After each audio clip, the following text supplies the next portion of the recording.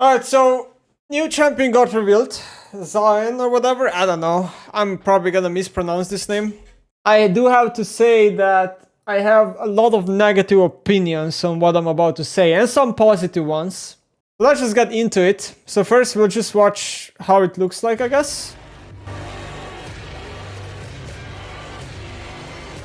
Obviously Riot released the cinematic, and then he was like a huge part of the cinematic, right?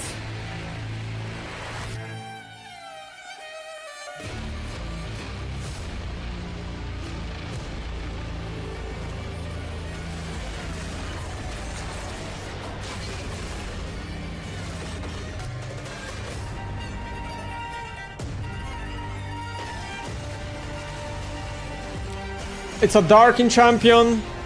It's gonna have dashers, it's gonna have healing. Every Darking champion has that in the kit.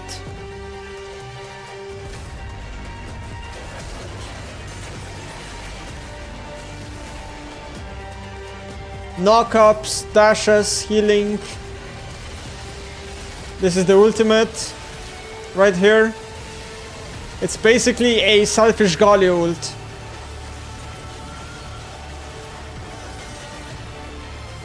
It's a Galio ult that doesn't knock up, but it basically damages and heals, I think. And then the classic where Riot had to add a revive on top of the kit. It's kind of like reminds me of Akshan, where he has a revive for no reason. This is Zaahen, pretty much the same.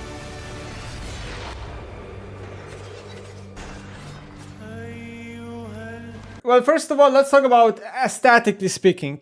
So, okay, what I'm about to say is like Riot has a specific formula and they keep using it over and over and over again. So there's just nothing here really surprising to say. What Riot does is they usually just release just a very hot guy or a very hot girl, right? Because that sells the most. I just find it a little bit boring for my taste because when you look at like the last released champs in League, I don't know, there's no cool champs, man. This is something that I think Dota 2 just does so much better than League.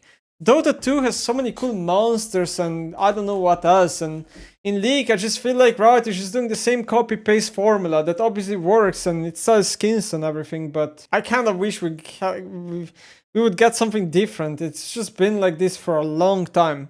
But I guess monsters these days are just not popular, right? I don't know. It's just not the same as it was 10 years ago. Splash art still looks better, I think, than like a lot of splash arts, honestly. But yeah.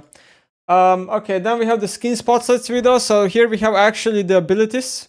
So let's read a little bit what it says. This is without numbers. Passive Cultivation of War. Zaahen's attacks and abilities grant him stacks of determination, gaining bonus attack damage per stack. It's kind of like old Battle of Fervor Loki. When filled with determination, Zaahen gains even more AD when he gets the full bar and then can revive. So he has a revive in passive because this is a bruiser champion which will most likely itemize items like Starak and Thunder Sky and Death Dance. These items are very good at making you not die. They're very good at making you play out the fight longer, right? And then he has like sustain in the kit.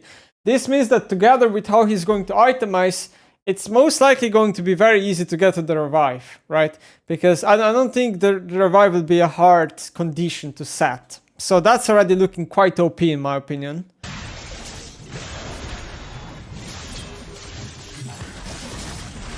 And I don't know exactly how much healing you get per revive, but based on this clip that you can see right here, he got like 70 or 80% health back. So yeah.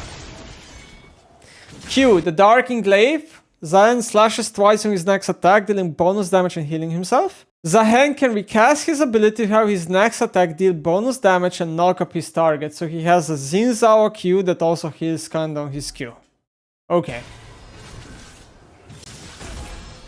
That's the knockup right there. And that's the healing.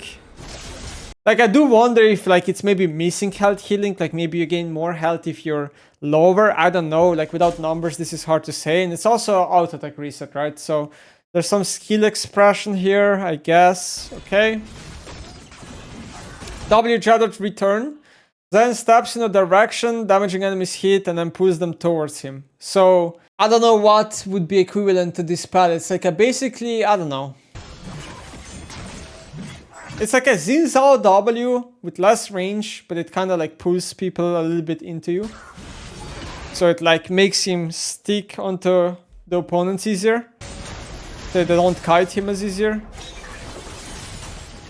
And then maybe because it pulls people, it can also interrupt things, I would assume.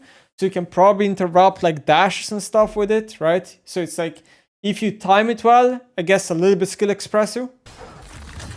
E. Aurete Rush. Zaahen dashes and then slices around himself. So we're just talking about like a mini Ambassa here.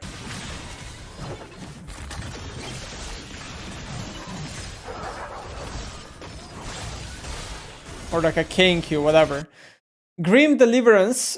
Leaps into the air, becoming unstoppable, taking reduced damage. So I guess if you focus him, he will take a lot of reduced damage.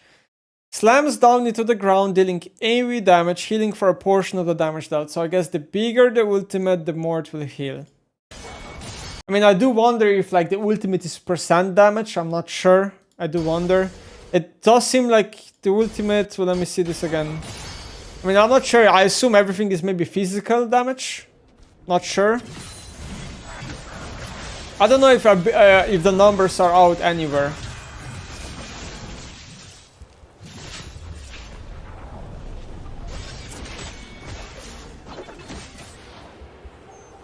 But yeah.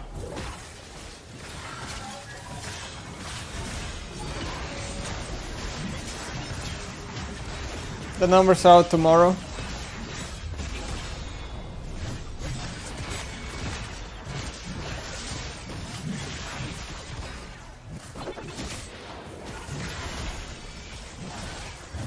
So, what can we say about this kit? Just seems like the spells are very recycled. You know what I mean? There's nothing really new coming in. He just has a lot of spells that are similar to some other champions or some champions that existed, like Aatrox Survive, and then some Xin Zhao mixture with like maybe some Ambassa mixture. I mean, it just seems like a classic bruiser that has a lot of healing and mobility and some CC. And he's just gonna brawl to death. It's kind of like a mixture of, I don't know, Riven, Ambassa, Aatrox, whatever, put together, Xin Zhao, and then you have this champion. That's kind of it. I don't think they're like doing anything new, really, necessarily. The revive is very questionable, why it's in the kit. But then again, maybe the kit is a little bit bland without it. I can see that. I think maybe you could make the argument that auction revive is more reasonable to remove than this one. What I fail to see about this champion is I don't understand what gap it fills in League of Legends, right? Because we have 170 champions in the game. I don't see the point from Riot's perspective of like, let's say they release another Siever and then another Siever. What is the point of having 3 Sievers in the game? I just don't understand what gap this champion is fulfilling that the game is missing, because in my opinion we have a lot of champions that do very similar to what this champion is doing. A lot of champions. It feels like to me that they first did the narrative and the story, which is that, you know, with the whole lore thing, how he like Xin Zhao, blah blah blah, right? That's what I feel like that's what came first, and then second came the actual gameplay of the kit or something, which to me, I don't understand it. Like, I don't think this is what League needs, and this is not what the game is like missing. It would be a lot cooler if they came up with something that the game doesn't have. It would make more sense to me. Is this champion going to be fun to play? I mean, 100% yes. I think if you're the one playing this champion, you're going to have fun. Because this is basically Ambassa, it's Aatrox, it's Riven, it's Xin Zhao. These champions are ultimately just fun to play for the user playing it. I mean, I have no doubt about it. I think this champion will have a nice player base. Is this champion overloaded? Will this champion come out OP?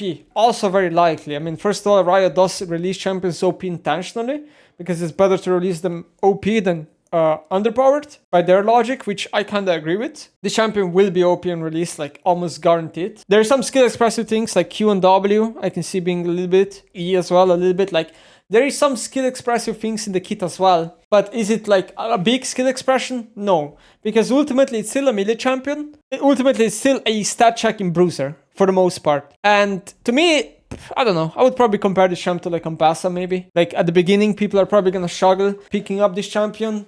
And then over time, everyone's going to be able to play Ambassa. This is what I think this champion will follow from what I can see right now. Also, from Kid's perspective, this is probably like a top laner or a jungler, right? Like, this is what it makes sense of. It makes, like, he has some AoE jungle spells. Maybe he can go over terrain, I'm not sure. Jungle, top lane, probably, mostly. What gaps they should fill? I don't know. I've seen, like, discussions that the game doesn't have a real sword and shield champion, for example. I think the game lacks maybe creatures type of champions a lot. Their possibilities are endless. Gragas would have not be made today? 100%. You are 100% correct. Gragas would have not been able to... if Gragas didn't exist, they would never make it today. Never. But is Gragas a cool champion? In my opinion, yes. There is no champion like Gragas. Gragas fulfills a nice gap in the game. Oh, I forgot to mention about the new champion. What I think looks good, based on the footage that we saw, it looks like his spells and everything is going to be very clean. Like, it kind of reminds me of Yonara. Like, every champ that Riot releases, I feel like the animations and everything are very clean. And it does look quite clean on the gameplay footage. So that's a good thing about the new champ.